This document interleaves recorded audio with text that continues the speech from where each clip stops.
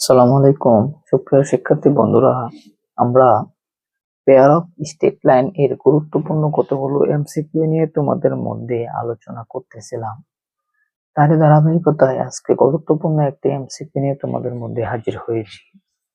যদি 2x² + 3xy + my² = 0 দ্বারা দুইটি বাস্তব ও পারস্পরিক লম্বিক রেখা নির্দেশ করে, তখন m এর মান কত হবে, n এর মান কত হবে?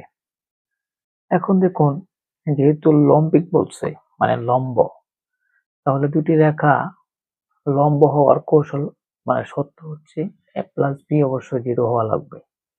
তার মানে এই 2 হচ্ছে এখানে a আর m হচ্ছে এখানে b, তার মানে 2 প্লাস m ইকুয়াল টু 0 হওয়া লাগবে।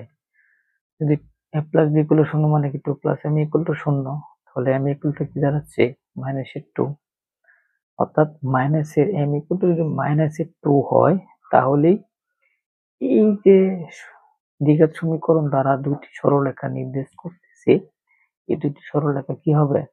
পরস্পর লম্বিক এবং বাস্তব হবে, অর্থাৎ m এর মান -2 হতে হবে।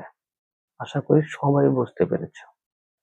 তো যারা ভিডিওটি দেখে উপকৃত হয়েছ, তাদের কাছে একটা অনুরোধ, আমার ভিডিওটি বেশি বেশি লাইক, কমেন্টস এবং শেয়ার করবে এবং অবশ্যই আমার চ্যানেলটিকে সাবস্ক্রাইব করতে ভুলবেন না।